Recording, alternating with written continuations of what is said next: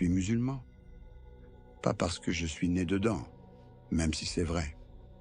Pas parce que j'ai mémorisé les mots tôt, même si je l'ai fait. Mais parce que quelque chose en moi s'est un jour fendu. Et ce qui en est sorti n'était ni colère, ni confusion. C'était un murmure, une main tendue en silence.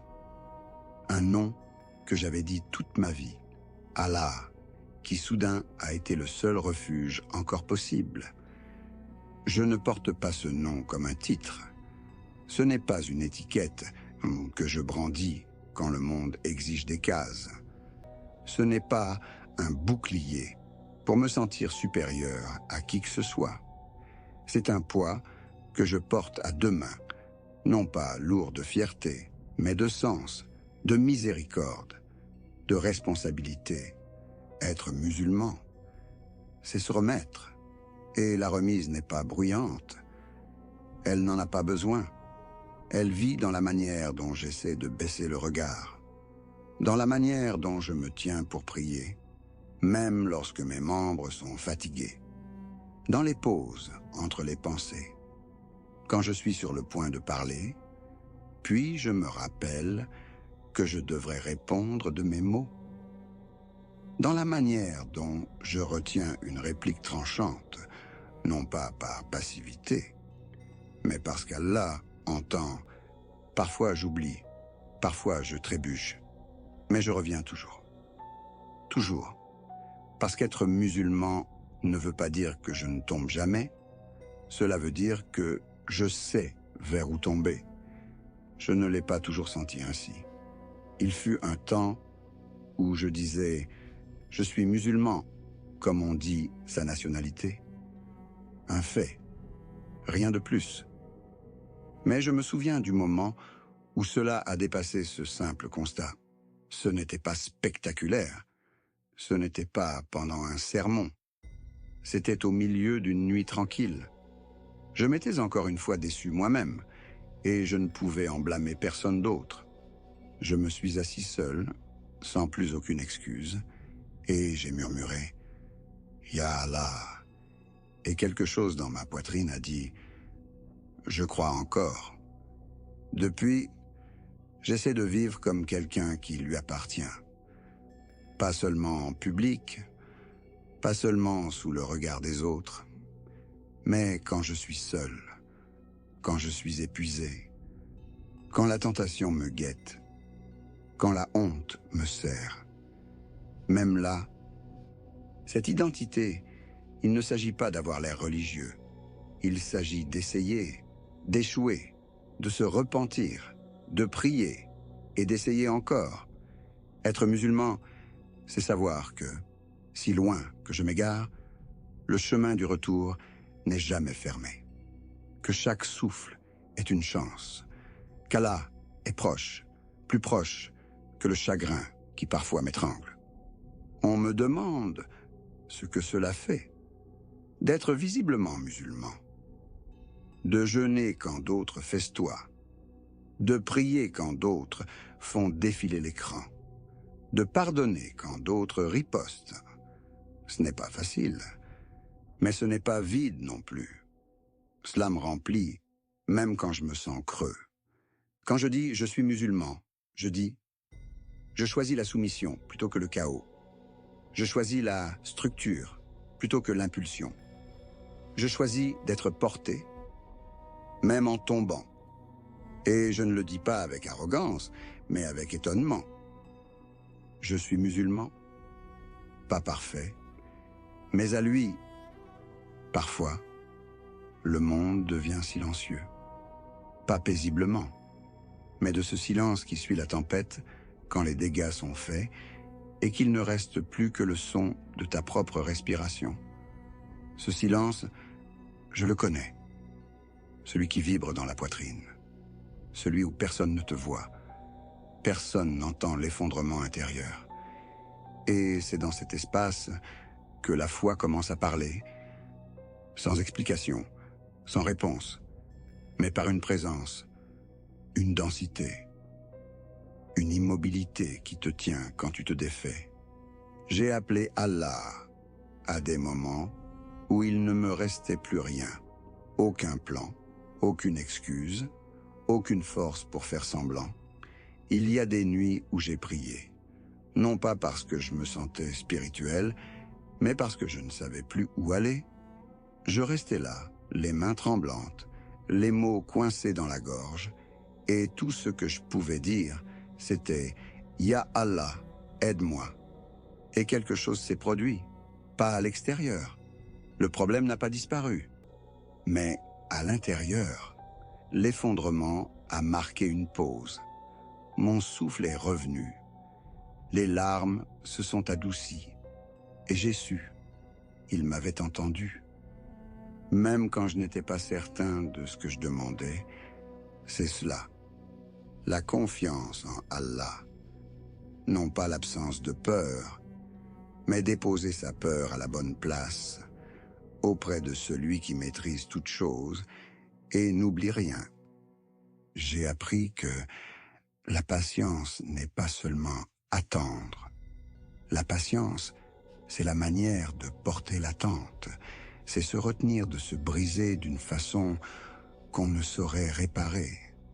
C'est choisir de ne pas dire la parole de colère, de ne pas courir vers la solution interdite, de ne pas anesthésier ce qui doit être senti. Et la conscience d'Allah, c'est le fil qui me ramène. Ce savoir discret qu'Allah me voit.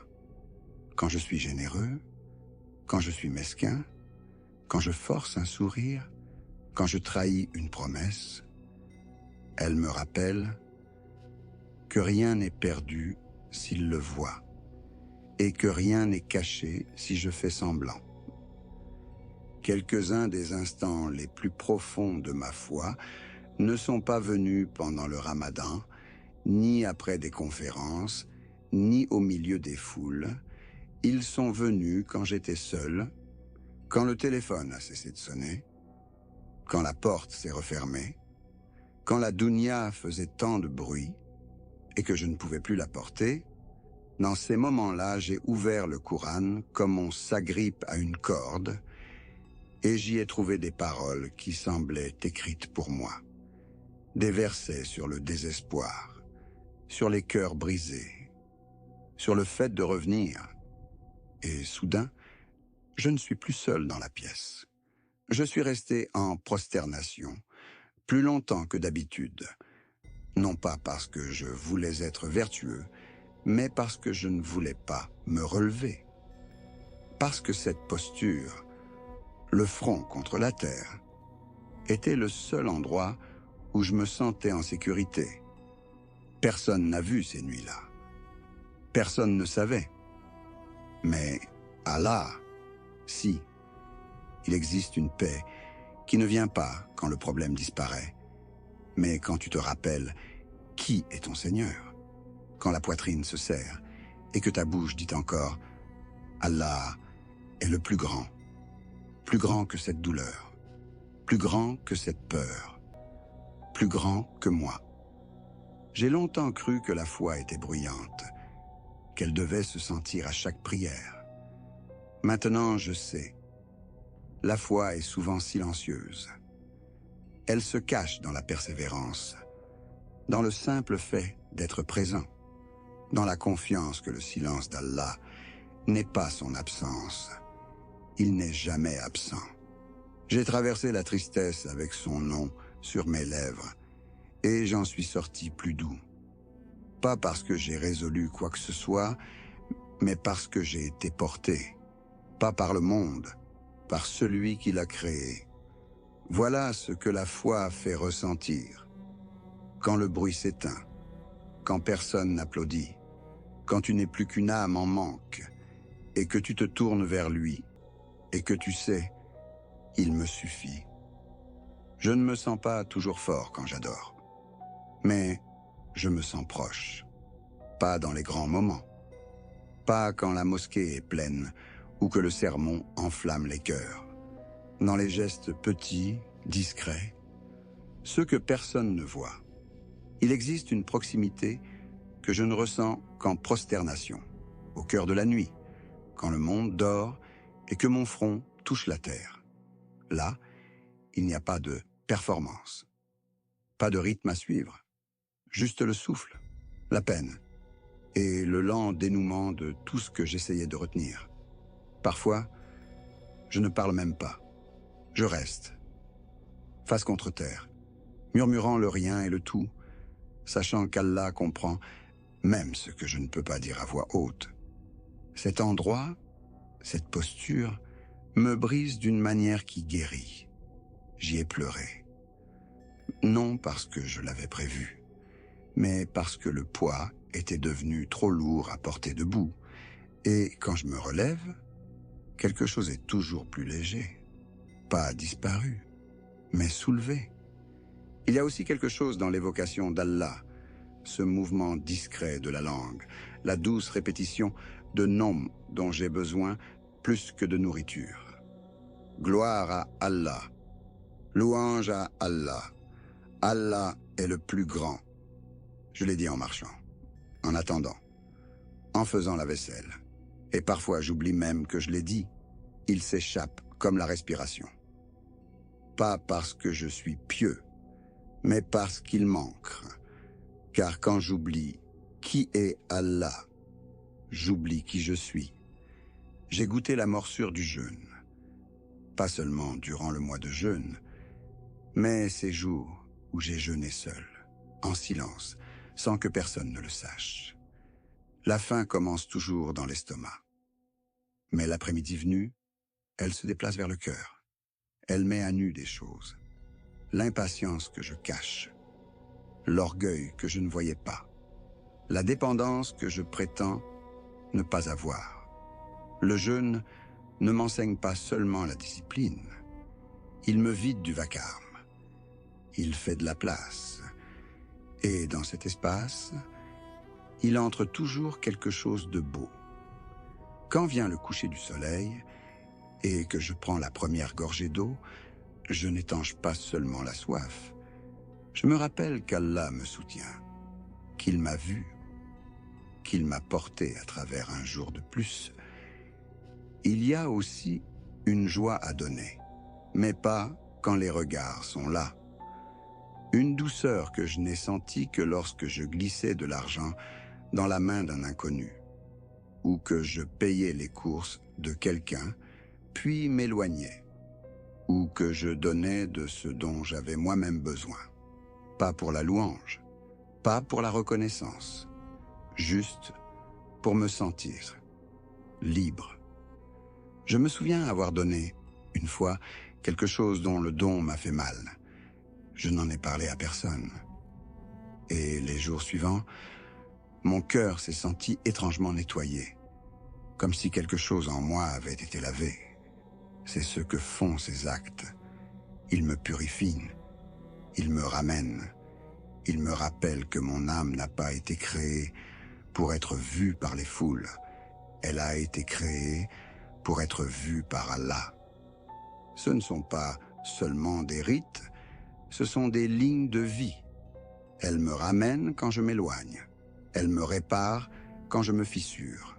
Elles murmurent à mon cœur, « Tu n'es pas seul, tu es encore à lui ». Parfois, on me demande comment je reste connecté, comment je reste religieux. Mais la vérité, c'est que je ne reste pas toujours. J'erre, j'oublie. Je manque à mes propres exigences. Pourtant, ces petits actes n'en finissent pas de me rappeler le chemin.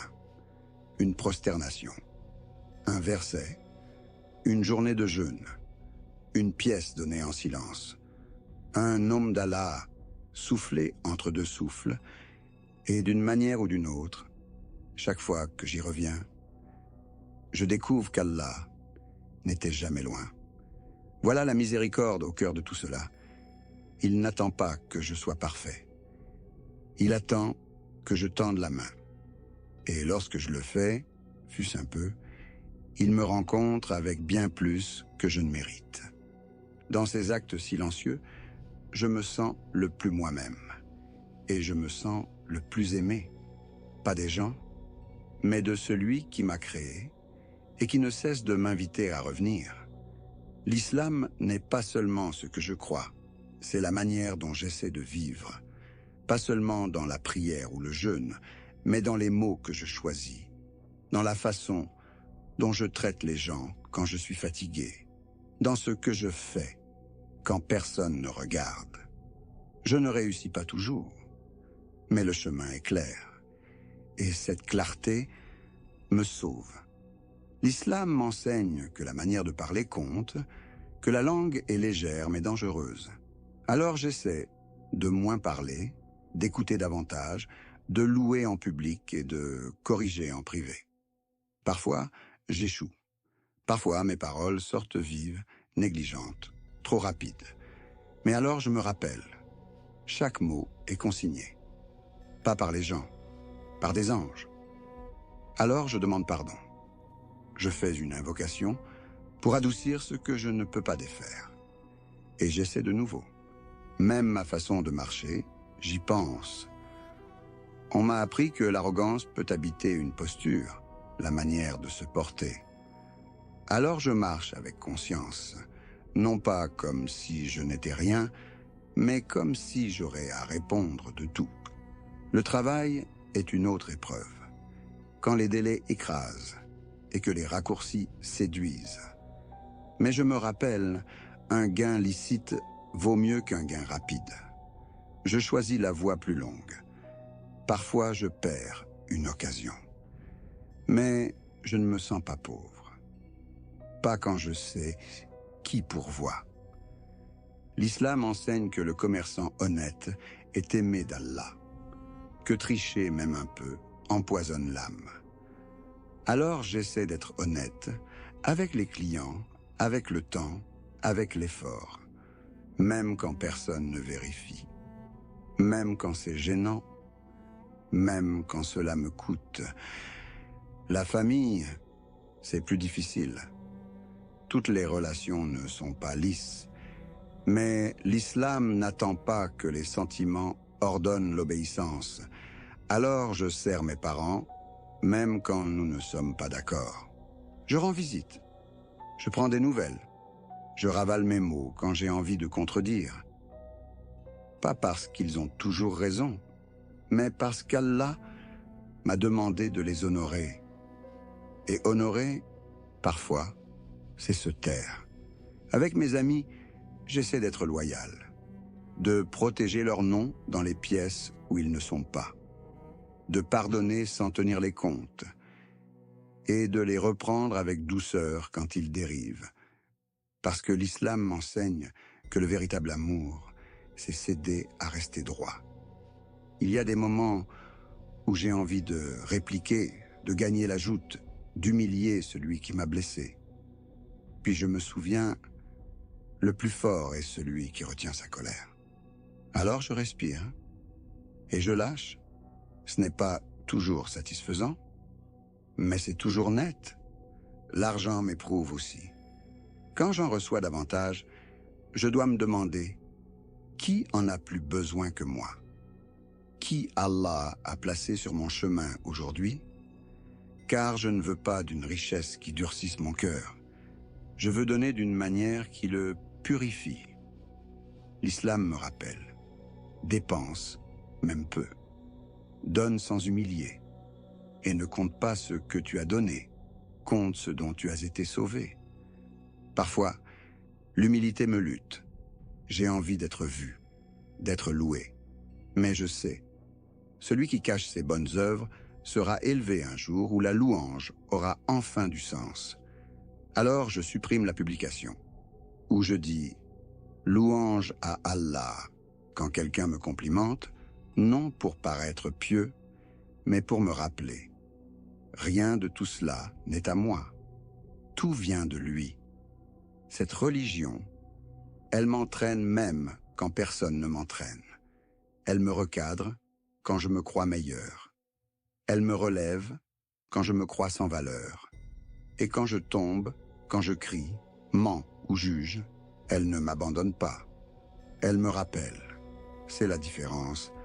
Le sentier reste propre. Même quand mes pas ne le sont pas. Je marche avec l'islam dans mes chaussures. Pas parfaitement, mais délibérément.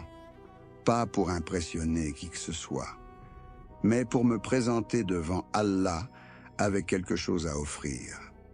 Un cœur qui a essayé, une langue qui s'est souvenue, un portefeuille qui a donné, une âme qui a demandé, chaque jour, qu'est-ce qu'Allah veut de moi, maintenant, et qui a ensuite essayé, même lentement, même maladroitement, de vivre la réponse. J'ai manqué des prières, pas une seule fois, pas seulement dans l'épreuve, mais par paresse, distraction, défi. Il y a eu des jours où je savais que l'heure était venue, et j'ai tout de même choisi autre chose, le sommeil. Faire défiler l'écran, une conversation qui pouvait attendre, et quand le silence est revenu, quand tout le monde avait quitté la pièce, la culpabilité s'est glissée comme de la fumée. Pas parce que quelqu'un m'a vu, mais parce qu'Allah, lui, m'a vu. Il m'a toujours vu. J'ai dit des choses que j'aurais voulu ravaler, des paroles qui ont coupé, des paroles qui ont menti, des mots que j'ai déguisés en sarcasme pour les faire paraître moins cruels. J'ai trahi des promesses faites à moi-même et à lui. Je lui ai dit que j'arrêterais, pour retourner à la même habitude une semaine plus tard. J'ai porté une honte trop lourde pour être dite à voix haute. Alors je me suis tu. Mais lui m'a entendu, et c'est cela qui m'a défait. Pas sa punition, pas une conséquence tonitruante, sa miséricorde. Je me souviens d'une nuit où j'ai pleuré dans le tapis, le visage enfoui en prosternation, répétant « Je demande pardon à Allah » encore et encore, non pas parce que je me croyais digne d'être pardonné, mais parce que je ne savais plus quoi dire. Ce n'était pas poétique, ce n'était pas puissant, c'était désespéré. Et pourtant, cela a suffi. C'est ce que le repentir m'a appris. Qu'Allah n'attend pas l'éloquence, il attend la vérité. Quand j'ai enfin admis que j'avais tort, sans excuse, sans accuser personne, quelque chose en moi s'est attendri. Le repentir n'efface pas la mémoire. Je me souviens encore. Mais le poids s'est allégé. Parce que j'ai commencé à croire ce qu'on m'avait toujours dit. Sa miséricorde est plus grande que mes fautes. Toujours. Peu importe combien. Peu importe depuis quand. Il n'est pas de péché que j'ai commis qu'il n'ait pas vu. Mais il n'est pas de péché que j'ai commis qu'il ne puisse pardonner. Parfois, je me sens sale, taché spirituellement, comme si, même quand je fais le bien, il était recouvert du résidu de ce que j'ai été. Puis je me rappelle, il est celui qui aime ceux qui reviennent à lui. Il ne fait pas que les pardonner, il les aime. Et lorsque je dis « je demande pardon à Allah », je n'avoue pas seulement une faute. Je saisis une corde qui n'a jamais rompu. Certains pensent que le péché doit te faire fuir Allah. J'ai appris que c'est ce qui devrait te pousser vers lui, car nul autre ne peut le porter, nul autre ne peut le laver, nul autre ne comprend la bataille entre ta culpabilité et ton espoir. J'ai prié en pleurant, je me suis repenti en tremblant, j'ai murmuré son nom en me sentant la plus basse personne de la pièce. Et pourtant, il a répondu. Pas toujours par la facilité, pas toujours par un soulagement immédiat, mais toujours par la proximité. C'est cela que je garde. Non pas l'illusion de la perfection, mais la réalité du retour. Je ne prétends pas être pur. Je me connais trop pour feindre, mais je revendique l'appartenance à lui, à sa miséricorde, au chemin du retour. Chaque fois que je tombe, le même choix se présente. Rester à terre dans la honte ou me relever dans le repentir. Et chaque fois que je me relève, même si je tombe encore demain, je sais que j'ai choisi l'espérance. Voilà ce que signifie être musulman. Non pas sans péché, mais infatigable à revenir. Allah n'a jamais fermé la porte, c'est moi qui ai détourné le regard. Mais quand j'ai frappé, il a ouvert. Quand j'ai rampé pour revenir, il m'a accueilli. Quand j'ai pleuré, il m'a écouté. Alors je continue de revenir, non parce que j'en suis digne, mais parce que lui l'est. Je ne suis pas pur, mais je ne suis jamais seul. Ce combat en moi, il ne s'arrête jamais. Je croyais autrefois que cela signifiait que j'échouais. Maintenant, je comprends. Cela signifie que j'essaie encore. Chaque matin, je me réveille avec la même lutte. L'appel de la facilité contre l'effort. L'ego contre l'âme. Ce que je veux maintenant, contre ce qu'Allah veut toujours. Certains jours, je me lève dans la clarté. Je prie à l'heure. Je baisse le regard. Je parle avec douceur. Je donne. D'autres jours, je tarde. Je fais défiler l'écran. Je parle sans soin. Je me cache. Et le pire n'est pas l'échec, c'est quand je cesse d'en être peiné. Quand la paresse devient normale. Quand le cœur ne tressaille plus. C'est là que je sais, je dois combattre de nouveau. Pas contre les autres, pas contre le monde, contre moi-même. Ma paresse, elle chuchote. Demain, plus tard, juste cette fois. Elle me dit que le repos est inoffensif, mais elle ne se repose jamais quand j'essaie de prier. Mon ego, il ne crie pas, il feint. Il veut du crédit pour les bonnes actions. Il veut des applaudissements pour la retenue. Il veut paraître humble, sans être humilié. Je l'ai surpris en train de détourner mes intentions, de transformer la sincérité en performance, la charité en orgueil, le savoir en vanité. Ma jalousie, elle se cache derrière des sourires de façade. Elle regarde ce que les autres possèdent et demande « Pourquoi pas moi ?» Elle oublie la gratitude. Elle oublie qu'Allah donne ce qu'il veut et qu'il protège en refusant. Et ma colère, elle est silencieuse jusqu'à ne plus l'être. Elle mijote. Elle se justifie. Elle réécrit l'histoire pour faire de moi la victime, à chaque fois. Mais la lutte, la résistance sont encore vivantes. Et cela veut dire que je n'ai pas cédé. J'ai appris à marquer une pause avant de réagir, à respirer avant de répondre, à me demander, pas seulement est-ce licite, mais est-ce que cela lui plaît? Et j'échoue, souvent. Mais je ne m'arrête pas. Je purifie mes intentions encore. Je me repens encore. Je recommence encore. C'est mon combat, le plus grand, non pas avec des armes, mais avec les ablutions et la volonté. Certains pensent que le combat se résume à un instant, une décision, un acte courageux. Mais ce combat-là se tisse de 1000 petites victoires. Choisir la vérité plutôt que le confort, le silence plutôt que la médisance, la prière quand personne ne la remarquera. Il est invisible. Mais Allah le voit. Et parfois, c'est la seule chose qui me fait continuer. Je croyais devoir devenir quelqu'un d'autre pour être un bon musulman. Plus pieux, plus concentré, moins faible.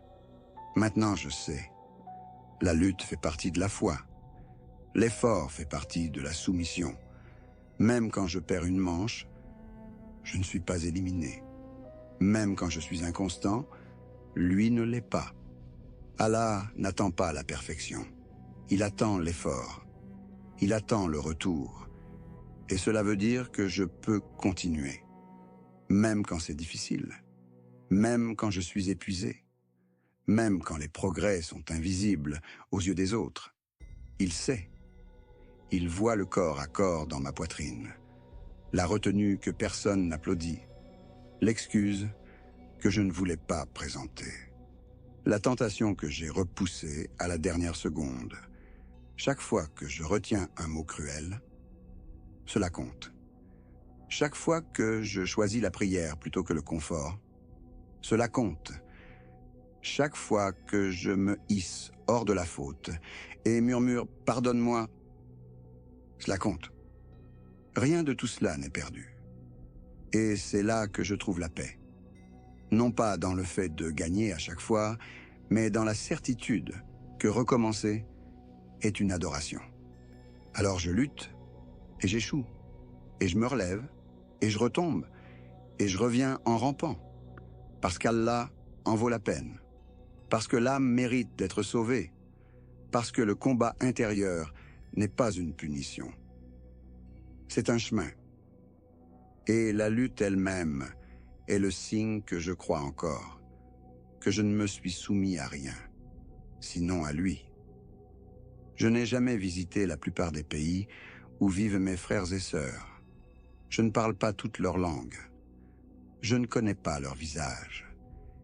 Mais quand je vois un inconnu dans la rue murmurer « Au nom d'Allah » avant de manger, ou saluer par « Que la paix soit sur vous » avant de parler, quelque chose s'adoucit dans ma poitrine. Parce que je les connais, pas par leur nom, par le besoin, par la soumission, par la même faim silencieuse d'Allah qui vit dans mon propre cœur. Cette communauté, elle n'est pas parfaite, elle n'est pas toujours unie, mais c'est la mienne, et j'en suis, par la foi, par la prière, par le fait que nous tournons tous nos visages vers la même direction de la prière, 5 fois par jour, où que nous soyons.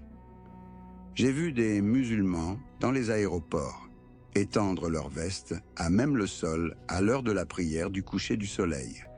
J'ai entendu l'appel à la prière grésiller depuis des téléphones dans des parkings. J'ai vu des gens rompre le jeûne avec des dattes et de l'eau sous les lampadaires. Et chaque fois, quelque chose en moi se redresse. Pas parce que nous sommes impressionnants, mais parce que nous appartenons à plus grand que nous. Nous sommes des gens de la prosternation, des gens du rappel, des gens qui portent des mots sacrés dans leur poitrine, des gens qui pleurent en prosternation d'un bout à l'autre de la terre, et que le même Seigneur entend.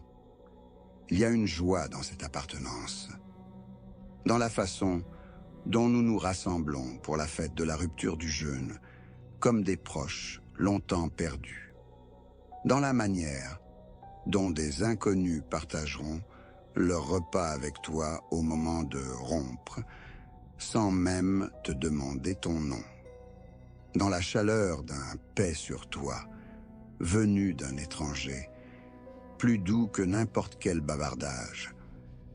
Mais il y a aussi une douleur, car lorsque mes frères en Palestine souffrent, je le sens. Quand mes sœurs en Syrie perdent tout, quelque chose se fend en moi. Quand j'entends parler de faim au Yémen, de massacres dans des lieux oubliés, d'orphelins et de veuves qui n'ont d'autre abri que la prière, je ne me sens pas spectateur. Je me sens de la famille. Le Coran dit que nous sommes un seul corps. Et parfois, je sens les ecchymoses, même si elles ne sont pas sur ma peau. C'est difficile de ressentir tant de douleur et de ne pas savoir comment t'aider, faire défiler des drames et se sentir impuissant. Mais je me rappelle, même une invocation chuchotée dans l'obscurité peut voyager plus loin que je n'irai jamais. Et lorsque je lève les mains pour eux, je sais que je ne suis pas seul. Des millions font de même. C'est cela, la communauté. Nous ne sommes pas toujours d'accord. Nous venons de terres différentes, portons des histoires différentes, des vêtements différents, cuisinons des mets différents. Mais quand j'entends le Coran, quand j'entends « Il n'y a de divinité qu'Allah », quand je vois des larmes en prosternation. Il n'y a plus de distance. Nous sommes liés par quelque chose de plus profond que la culture, par l'adoration, par l'épreuve, par la miséricorde d'Allah qui coule en chacun de nous. Et oui, parfois nous nous disputons, parfois nous nous manquons, parfois nous oublions ce qui nous unit. Mais j'ai vu l'unité dans les plus petites choses. Un tapis de prière prêté, une date partagée entre inconnus, un trajet proposé après la prière du vendredi. Et je m'y accroche, parce qu'appartenir, ce n'est pas la perfection, c'est l'amour. Et j'aime cette communauté, même quand elle est brisée, même quand elle saigne, même quand elle me déçoit, parce que j'y vois mon reflet. Et j'y vois ce qu'elle pourrait être, ce pourquoi elle a été faite. Un peuple dont le cœur est attaché à la mosquée, un peuple qui porte le dépôt de la révélation, un peuple qui se lève avant l'aube, non pour le profit, mais pour la prière. J'ai ressenti la chaleur de l'unité en me tenant épaule contre épaule en prière. 1000 personnes, et pourtant une seule voix, une seule direction, un seul Seigneur. Une telle beauté n'a pas besoin de bannière. Elle n'a pas besoin de gros titres. Elle a seulement besoin de sincérité. Alors je continue d'aimer cette communauté. Je continue de prier pour elle. J'essaie de devenir une meilleure part d'elle. Car où que j'aille, si loin que je me sente, quand j'entends quelqu'un dire « que la paix soit sur vous », je sais, je suis chez moi. Il y a des nuits où j'ai prié avec un cœur qui ne sentait rien. Juste des mots, juste des gestes, juste un silence qui me répondait. Il y a des matins où je me suis réveillé sans vouloir être musulman, non pas parce que j'avais cessé de croire, mais parce que croire pesait si lourd. Porter cette lumière dans un cœur plein d'ombre fait mal. J'ai tenu le Coran ouvert devant moi, les yeux courants sur les versets, sans qu'aucun ne m'atteigne. Et je me suis demandé, qu'est-ce qui ne va pas chez moi? Pourquoi je ne ressens plus rien? Pourquoi tout est engourdi? J'ai vu d'autres lever les mains en invocation, les larmes aux yeux. J'ai vu des cœurs fondre durant le mois de jeûne, des âmes submergées en prosternation. Et je me suis tenu à côté d'eux comme un étranger, souhaitant que cela me touche ainsi. Mais dedans, j'étais froid, pas rebelle, juste fatigué, ce fatigo. Fatigué de toujours échouer, fatigué d'essayer de réparer ce qui se brise encore, fatigué de dire « je ferai mieux » et de me réveiller pareil. Je me suis regardé dans le miroir et j'ai chuchoté « combien de temps peux-tu tenir ?» Cet effort, cette lutte, cette manière de faire semblant d'aller bien. J'ai envié ceux qui paraissent forts dans la foi, ceux qui parlent avec clarté, avancent avec intention, marchent d'un pas sûr. Moi, certains jours, je rampe seulement. Et parfois, j'ai interrogé Allah, non pas avec poésie, mais avec détresse. Où es-tu? Pourquoi me sens-je si loin? Mais même alors, je ne suis pas parti. Même quand je voulais oublier. Même quand je ressentais la pression avec amertume. Même quand je me disais, si j'arrêtais d'essayer, la culpabilité s'arrêterait peut-être aussi. J'ai tout de même murmuré son nom. Pas fort, pas avec bravoure, à peine. Mais il était encore là. Oh Allah! J'ai pleuré dans des endroits où personne ne pouvait entendre. Je me suis effondré pendant les ablutions, me sentant indigne même de me tenir devant lui. Je suis entré en prière en sachant que je ne méritais pas la miséricorde que je demandais. Et j'ai prié quand même.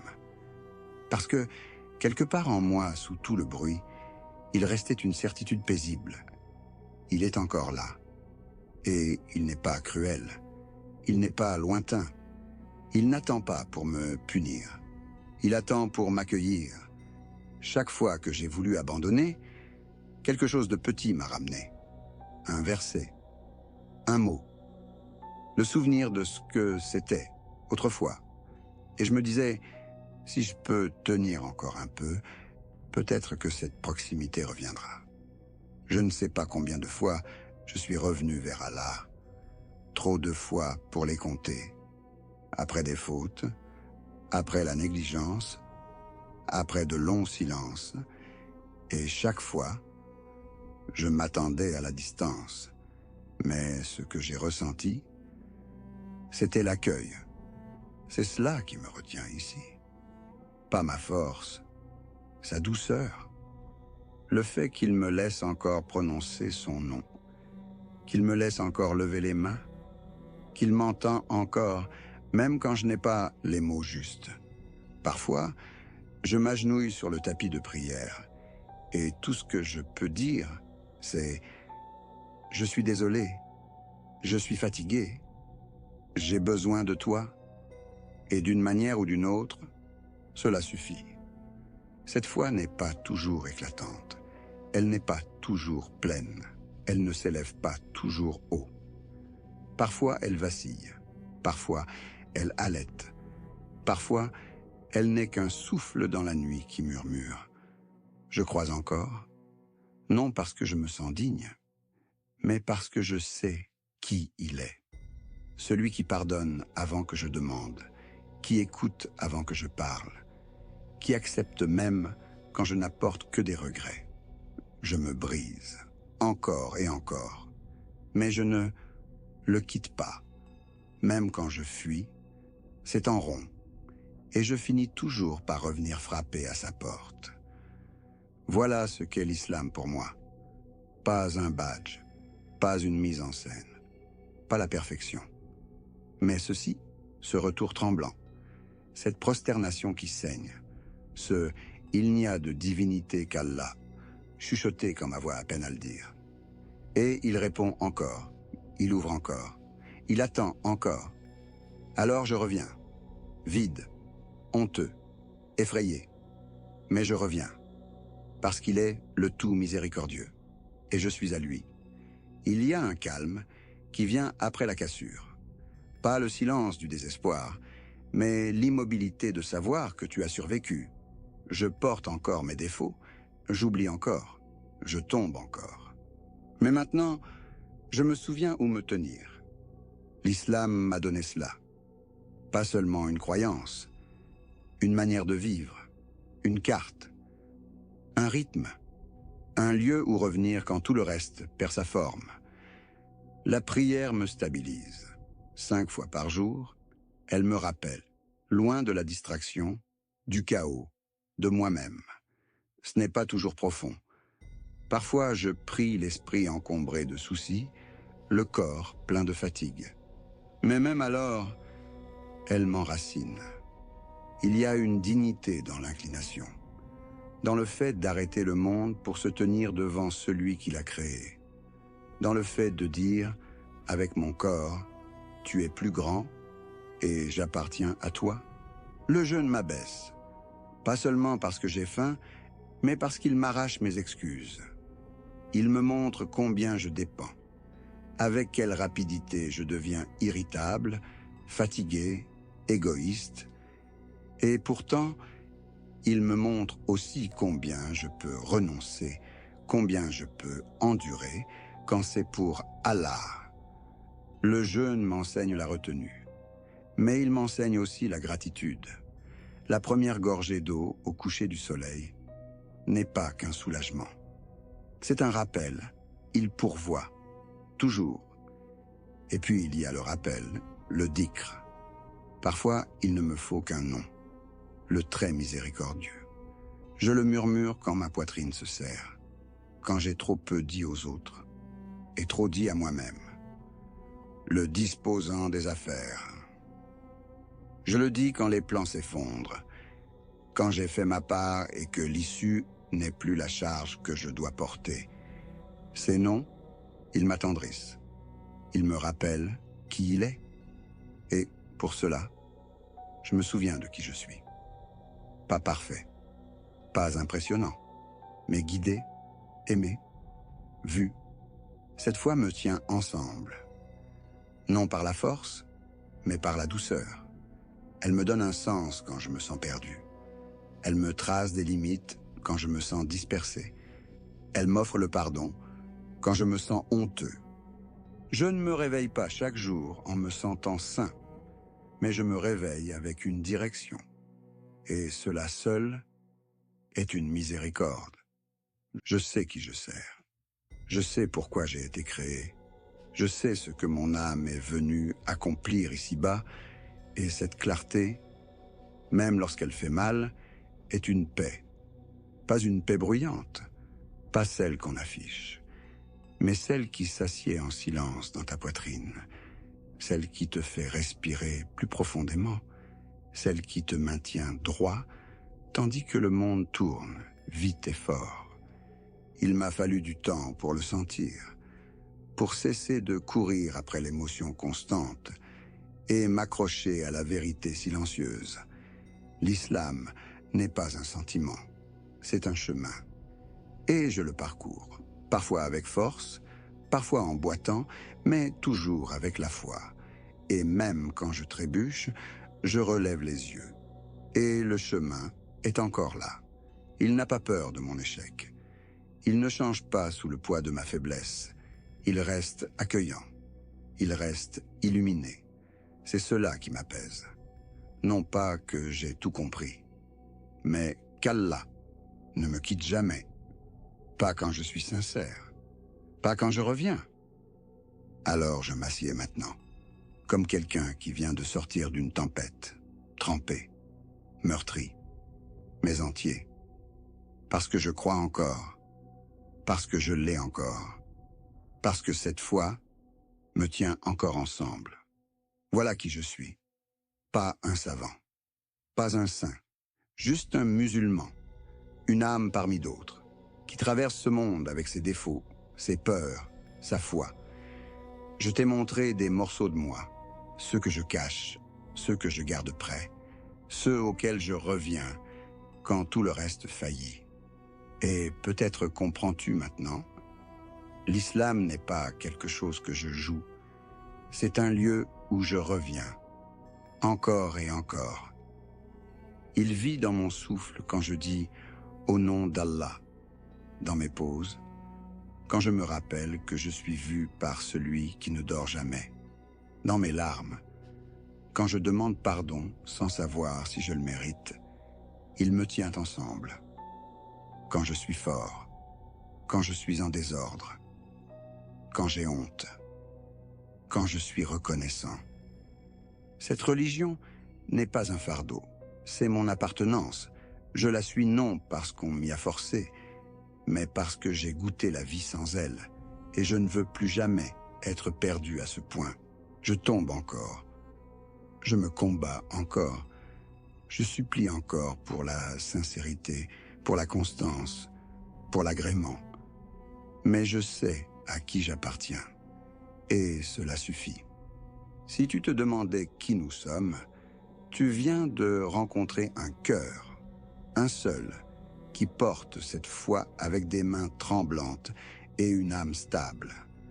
Je suis musulman, non parce que j'ai toutes les réponses, mais parce que je sais vers qui me tourner quand je ne les ai pas. Et si je ne devais te laisser qu'une seule phrase, un seul souffle de tout ce que j'ai dit, ce serait celle-ci. Allah me tient encore, même quand je ne me tiens plus moi-même.